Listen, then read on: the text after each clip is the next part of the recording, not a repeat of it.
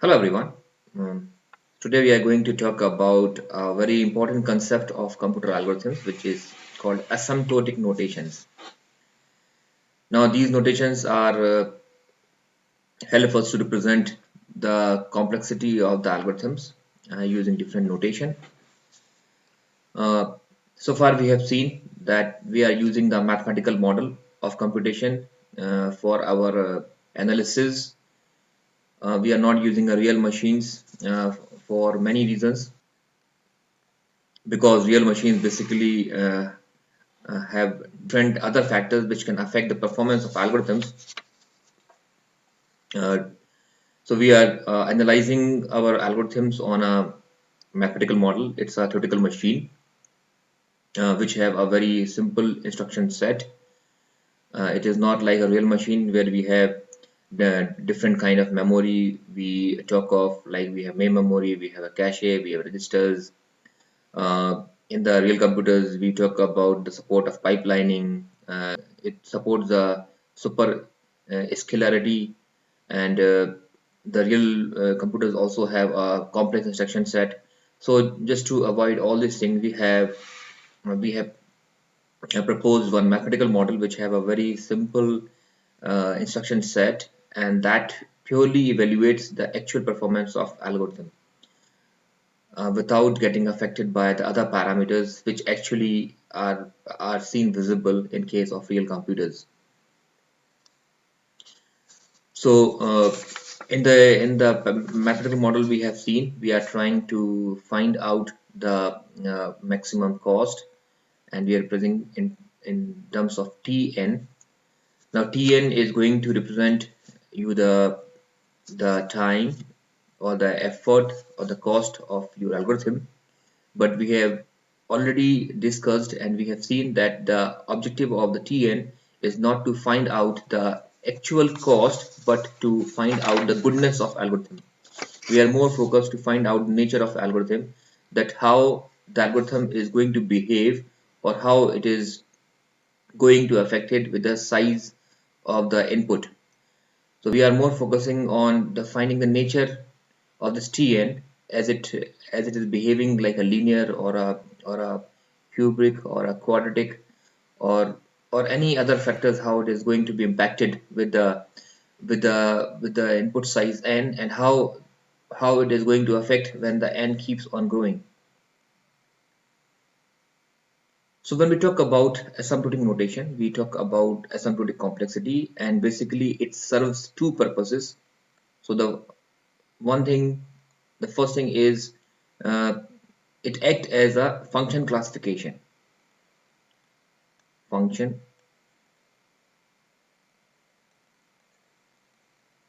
classification. The second is, it will find out the impact or the behavior as n tends to infinity. So the behavior as n keeps on increasing as n tend to infinity. Now when I say it is acting as a function classification, so the objective of this asymptotic notation is to find out or to classify the function. So let's say if we have find out that Tn equals to Tn square plus 5n, or we have find out that Tn equals to 7n square plus 6. Now here these two these two functions are actually belongs to the same class. So here the main objective is to find out that this function belongs to which class. We are not really interested to find out exact value, but to classify that the overall function belongs to which class. It belongs to a linear class, or a quadratic, or a square, or anything else. So when we say that Tn is given by 5n plus 7, and we have another function which says 6n cube plus 3, that means that now these are belonging to different class. This is a linear, this is belonging to linear, and this is belonging to cubic. So how we can find out? Running time algorithm as a function of input size for larger n. So we are actually trying to find out our cost in terms of a function for a larger value of n. We want to represent in this kind of notation. So here our cost is 5n plus 7, which is a linear. Here our cost is 5n cube plus 3, which is cubic, expressed using only the highest order term. So whatever the notation you are getting, we only look to the highest order, and that will be our answer. So here, so this is the highest order is n. Here actually is n cube. What does it mean? If I write a notation that is 5n power 4 plus 6n square plus 3n plus 2, then I need to only look to the highest order, which is n power 4. So my focus will be on this, and this will be my answer. So this particular function is going to be represented by n power 4.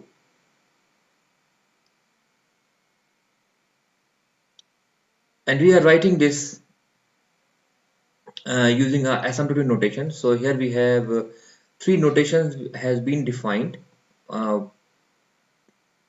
We have basically five, but most of the time we talk about the three. We have big O, we have omega, theta, we have a small o and a small omega. So these are the different notations which have been used. So here you can see that we have, these are the different notations that have been used to represent these functions.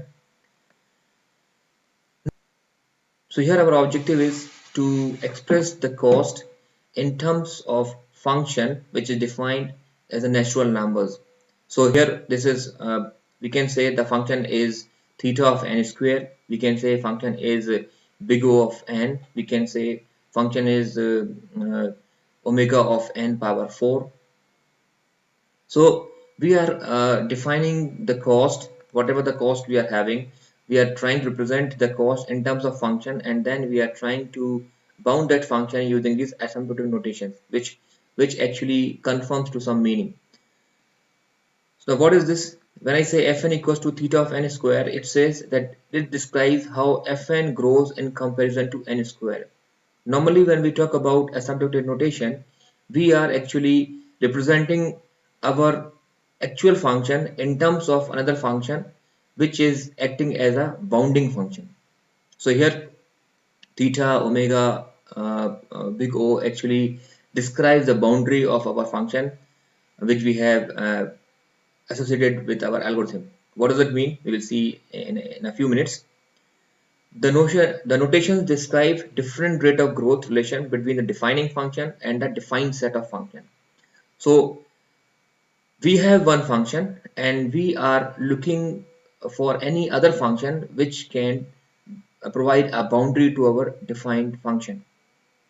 So fn is the function which is actually defines your problem, the cost of your algorithm, and then now we are looking for any other function gn which can be act as a boundary for our given function. This is the objective. So our objective is, this is first to find what is fn, how we are going to represent our algorithms in terms of this given function, and then we are going to found this boundary for our function, and this gn is actually find out using this asymptotic notation property.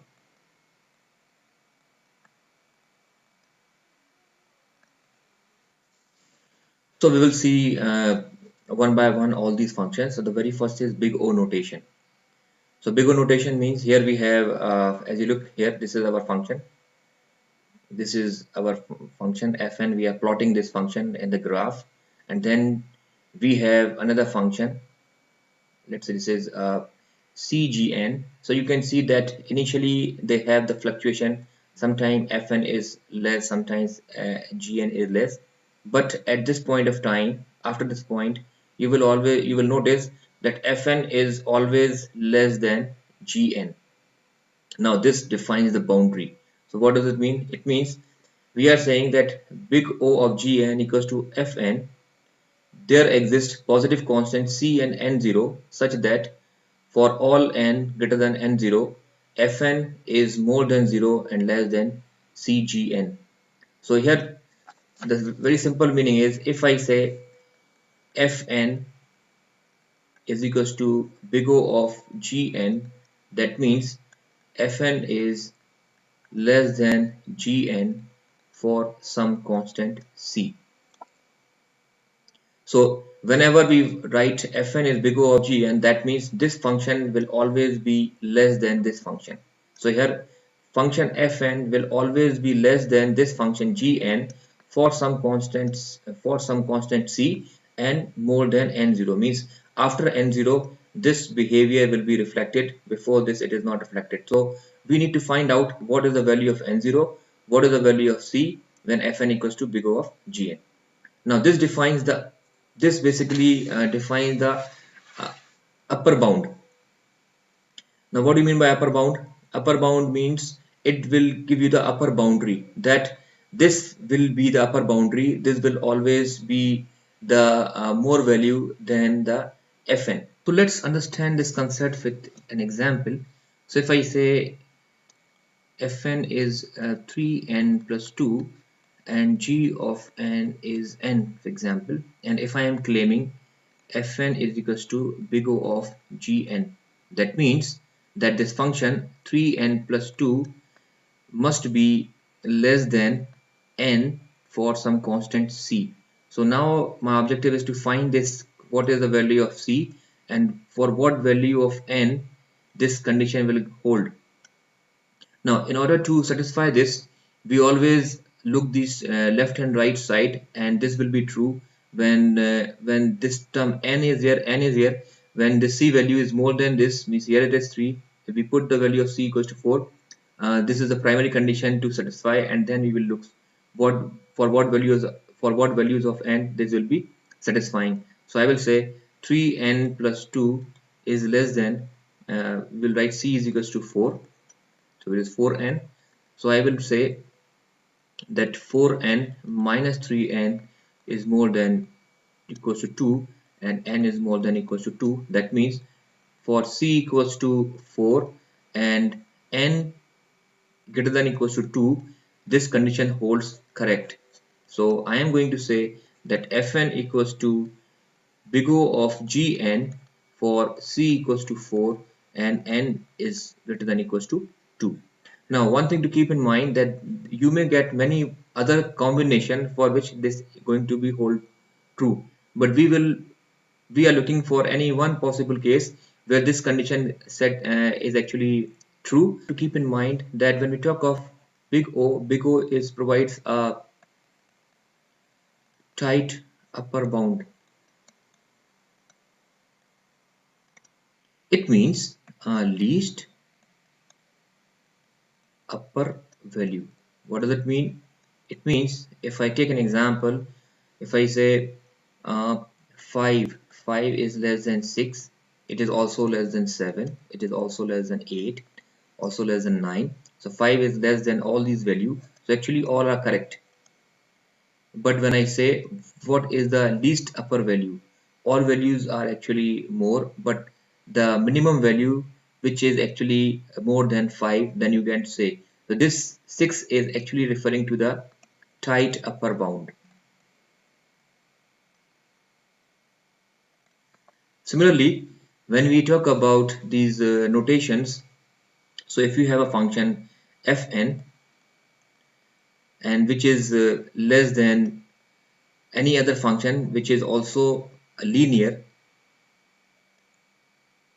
or you can say either you can write in this way, fn is less than cgn, or you can also write fn equals to big O of gn. This is also correct. So if you are writing in this way, that means any function which is defined whose highest order term is linear. That means this is also correct for any function which is of square, which is of a cube, and so on. Every time this function will be less than any other function who is of higher power. Now all this condition holds true, but if I talk about the tight upper bound, then this is our answer. So normally when we say big O refers to the tight upper bound. So big O reflects to the this value, that is big O of gn, though all are correct, but this is the most accurate value in our case. Next is omega notation. Omega notation is used to represent the best case.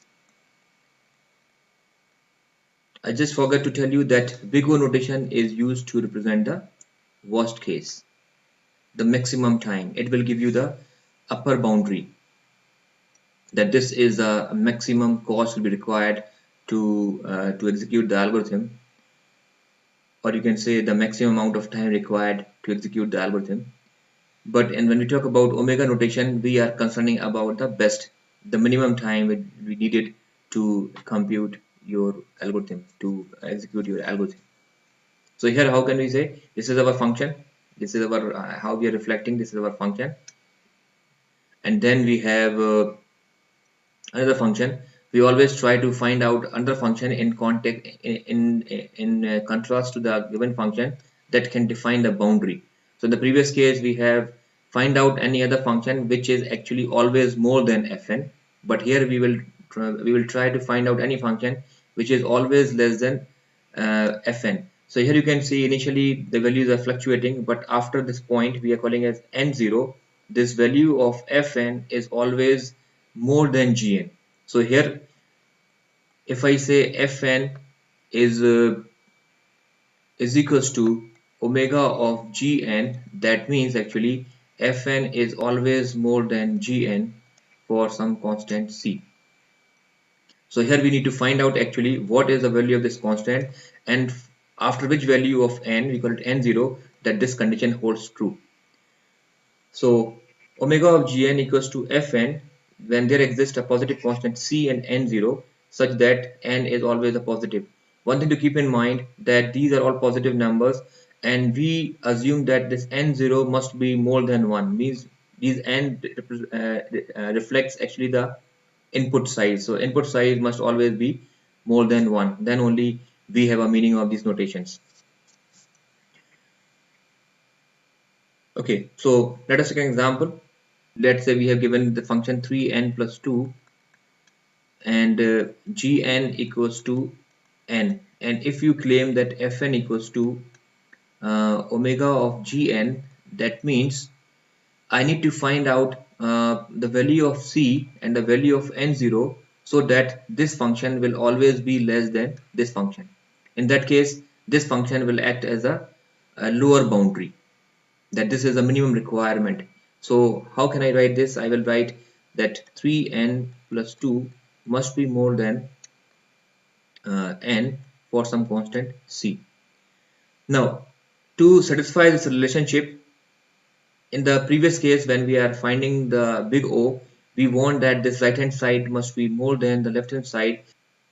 We simply compare the term related with the highest term. So here the highest term is actually n, and it is related here 3 and c. So in the previous case we have simply put the value of c equals to 4 so that this term becomes more than this. In this case the situation is reversed. We want that the left hand side must be more than the right hand side. So here, to make this condition true, we will always prefer to take the minimum value of c. So we take c equals to 1. If we take c equals to 1, then we get 3n plus 2 is greater than n, and this means 3n minus n should be greater than or equals to minus 2. That means 2n is greater than minus 2, n is greater than minus 1, and n must always be positive and preferably more than 1. So we say that n0 is greater than 1. So this condition fn is omega of gn is true for c equals to 1 and n0 greater than equals to greater than 1. Now when we talk about omega, omega gives the represent the best case, and it is also a tight bound, and this is a lower tight bound. Okay, so what does it mean? 7 is more than 6. It is also more than 5. It is also more than 4. It is also more than 3. It is also more than 2, and so on. So this is actually true for all cases.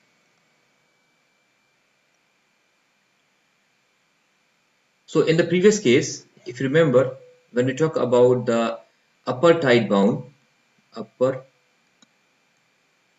tide bound, which is actually a big O, which is actually big O, we there talk about the least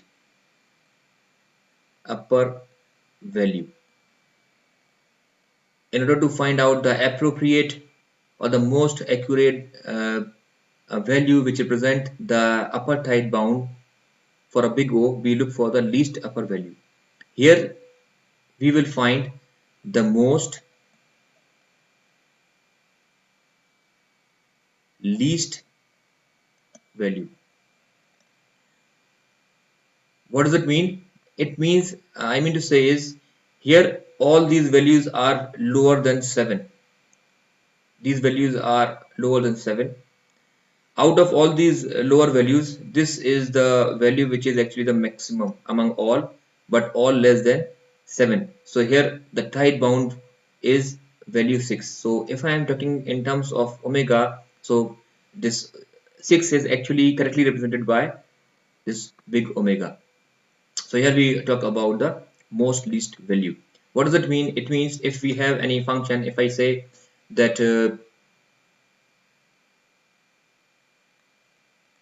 we have, if I say fn is big O, sorry, omega of g of n, and fn is given in terms of n square. Fn is any function which is of n square order. So I can say that n square may be more than, for some value of c and n, it is greater than g of n, which is also in terms of n square. This is always be greater than for any function which is given in terms of n. It is also true for any function which is given in log n or log n. So what I mean to say is, actually this is true for all, but if I am looking for the lower tide bounds, then this is more appropriate result, or the relation that will hold the big omega condition true. Okay, next is the theta notation. Theta notation is basically refers to the average case. So let us look to the graph. This is my function fn, and we are looking for a function that can define its upper boundary and lower boundary. So we have a function gn. We have plotted this gn in such a way that you can see from the graph, and here also we have seen it in the graph. And at this point you can find it that this, with the c1, this function gn is always lower than this function, and with this constant c2, this gn is always more than this function. So this act as a upper boundary, this act as a lower boundary. So when we talk about theta, theta is something which actually correspond to the upper limit and the lower limit, whereas in the big O we talk about the upper boundary only, in the omega we talk about the lower boundary only, but when the theta we talk about both. Okay, so let's see that how this is defined. So here it is defined that theta of gn equals to function fn, such that there exist two constants c1 and c2, and such some value n0, such that this condition is holding true. I can say that fn is equals to theta of gn. That means this fn is less than gn for some constant c1, and this is more than gn for some constant c2. So we need to find out the value of c1, value of c2, and the value of n0 for which this condition will hold true. So we'll see how we can represent using any example. So if I use the same function fn equals to 3n plus 2, and g of n is equals to n, and if I am claiming fn is equals to theta of gn, that means this function 3n plus 2 is actually less than equals to n for some constant c, and also it is more than n for some constant C2. So my objective is to find the value of C1, the value of C2, and the value of n0 for which this entire condition will hold true. So in order to solve this, actually this represent both the cases, that is big O and omega, because it deals with it deals with the upper limit as well as the lower limit. So we can solve it one by one. So if you take this part, C2n is less than 3n plus 2. If you take this part and then you will simply apply the value of C2 as 1. So what you will get if I put the value of C2 equals to 1, so I will get that 3n plus 2 is more than equals to n, or I can say that 3n minus n is greater than equals to minus 2, which is already we have solved here. That will give you that 2n is greater than equals to minus 2 and n is greater than equals to minus 1. That means n must be greater than 1, because we always prefer to take at least one. N and C are both positive, and we always take n should be greater than 1. That means we have at least more than one input for our analysis. Similarly, if I take the right part, that is 3n plus 2 is less than C1n. So here I can simply put the value of C1 equals to 4, and I will get 3n plus 2 is less than 4n, and this will f 4n minus 3n is greater than 2. That means n should be greater than equals to 2. So what we get here uh, n greater than 1 and n greater than 2. So which value we should take? So because as a final result we have to find value of C1, which is 1 here, C2, which is 4 here, and we have two values of n, which is actually one says n is greater than 1, one says n is greater than 2. So we'll always take the larger value, because when I say n is greater than equals to 2, this will, when I say n greater than 1, that means this is actually holding for 2, 3, 4, 5, 6, 7, all values of this is a set. And when I take this set, this will be 2, 3, 4, 5, 6, and so on. So I need to find out the value of n which is actually true for both the cases. So here I will say that my n0 is actually greater than equals to 2. So this is my answer. And for these values of c1, c2, and n0, my function fn is actually theta of gn. Now what is the significance of theta? The significance of theta is whenever we find the value of omega and the value of big O equal, both are same. When you find that omega and big O are same, then we represent the situation in terms of theta. Okay, so that means if your upper bound and the lower bound represent the same thing, in that case we represent the theta. So let us look all the three notations, theta, big O, and omega together. Or to summarize this, you can see that here when we talk about theta, we have upper bound and lower bound. When we talk of big O, we have upper bound, and when we talk of omega, we have a lower bound. One thing to keep in mind that when we say big O, we talk about the upper bound, and that is a tight upper bound.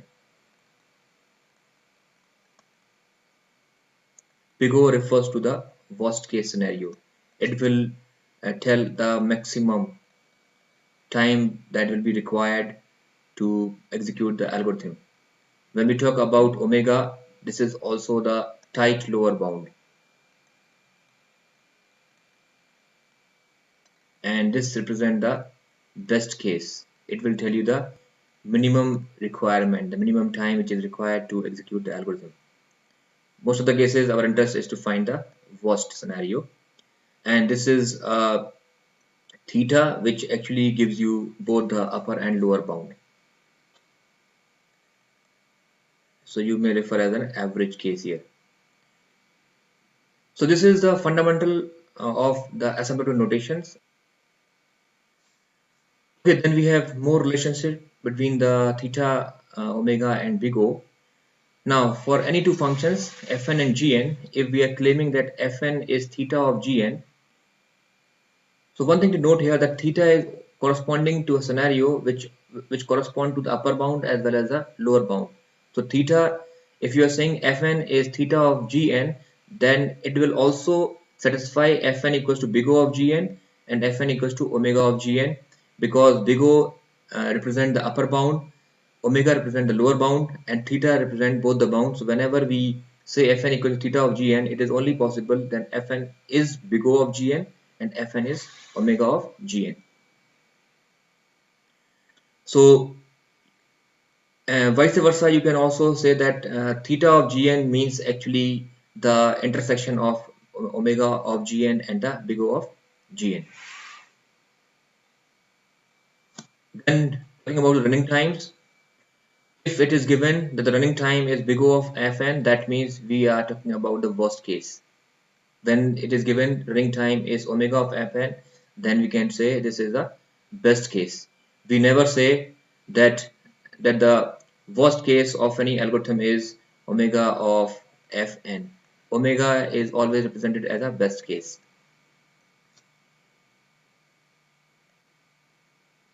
Now the comparing of the two functions. So we have two functions f and g, and let's say we are comparing, or we are representing this function f and g in terms of any values a and b. So fn equals to big O of gn, that means this function is less than this function. Big O means this function gn is acting as upper bound, so that means this function is always more than this function. So a is less than equals to b.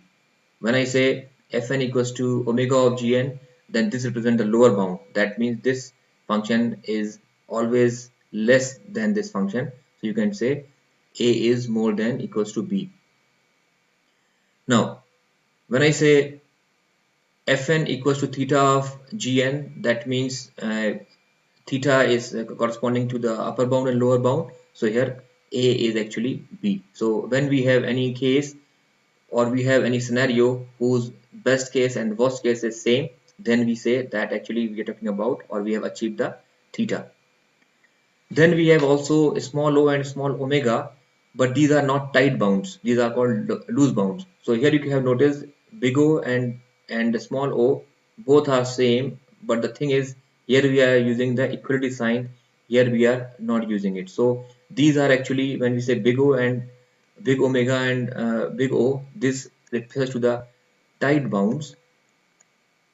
But when we talk about the small o and small omega, these refers to the loose bounds.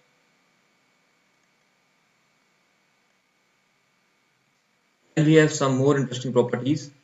One is called transitivity. So if fn is theta of gn and gn is theta of hn, then fn is theta of hn. Now these properties means the relationship of big O, omega and theta will satisfy the transitivity. Now what does this mean, transitivity? If A is more than B and B is more than C, that means A is more than C. This is the meaning of transitivity.